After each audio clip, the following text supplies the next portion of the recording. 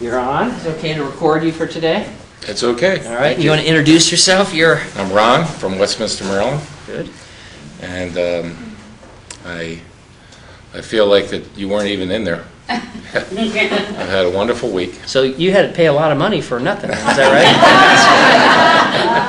So, I don't get why I paid all this money. I don't feel anything. although last night we were out and Diane had dinner, and I tasted. I watched. I wasn't, but I tasted a.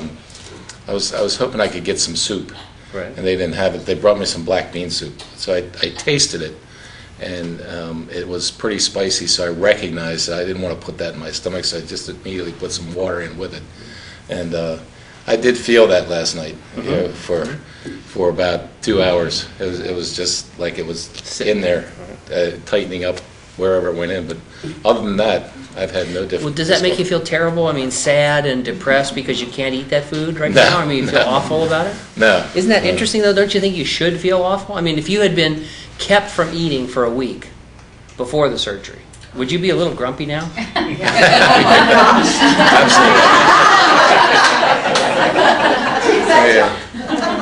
I am totally amazed by that, and I think the last time that I lost 12 pounds, which is what I did this week, was probably 4 years ago when I did OptiFast.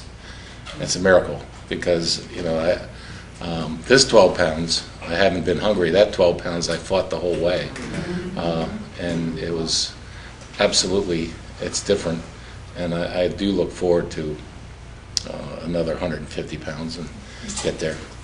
So I think my bypass is 8 feet. Right. So I thank you for all you did.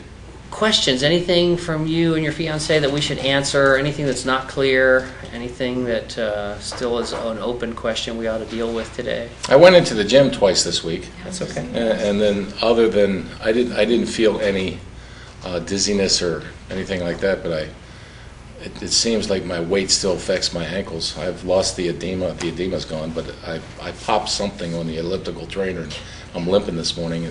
Is that normal? No, in fact, we have a lot of people like that where they go back to things that are maybe a little bit quicker than they should, or they overdo things. You want to be careful about that. I had one patient who had terrible leg pain. He says, there's something wrong with the surgery. I got just awful leg pain. And I said, well, can you tell me when it happened? He said, well, usually it's when I'm coming back from the gym, going, okay. And I said, what do you do at the gym? He said, I do a half an hour on the treadmill. I said, okay. And I said, how much time did you do on the treadmill before surgery? He said, oh, I didn't go to the gym before surgery. Well, but you did. I went to the gym before surgery, and I did 20 minutes the first day and 25 minutes the second day, with the day in between. Well, again, I do think you have to watch. In other words, you can have non-MGB problems after the MGB. You always want to think that we are the cause of all problems. You think of us first, because you can, in other words, think of everything as the cause. But it may be that you turned your ankle or did more than you thought or something like that. Okay. But I don't know of an MGB specific reason why your ankle should have more trouble on an elliptical trainer than if you just had gone on it without an MGB. And when will there ever be a feeling of, maybe I should eat something? Yeah, it's coming. Just relax. I think we give thanks that you don't have it today. Right. But don't worry, for all the patients you talked to, there's none of them, I bet, that you spoke with who said that they never had hunger again after their surgery, right? No. Right. So we have some post-ops. You have hunger, right? Yeah, so not nearly as much as I did before. Right. Right. Okay. And Lynn and I have been to dinner many times, and she still has hunger.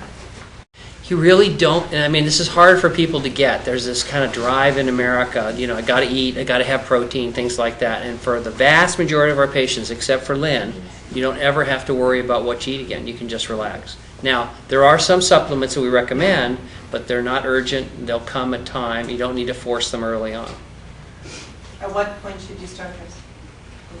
Well, we recommend waiting at least 2 weeks, but it depends on how you feel when you try them. If you have nausea, I think, Dr. Stillwell, you had nausea and problems for the first months, right? I had a nausea. Yeah. So that with that problem and complication, that delays how soon you can be taking those things. if you feel like it, I mean, there's nothing absolutely wrong with trying it today, but most of the time you don't need to. Right. You can just relax and wait a couple of weeks, and your gut will adapt. Think about how you feel today compared to the day after surgery. The day after surgery, I think you said you felt pretty well, but I'm going to guess you feel better today. A lot more energy. Yeah, A lot more and that's energy. going to continue to improve. Is that after you get weeks and months out? Yeah, and I work with 9 months to 18-month-olds, and running around after them all day, it was hard before, and now it's not a problem. Great.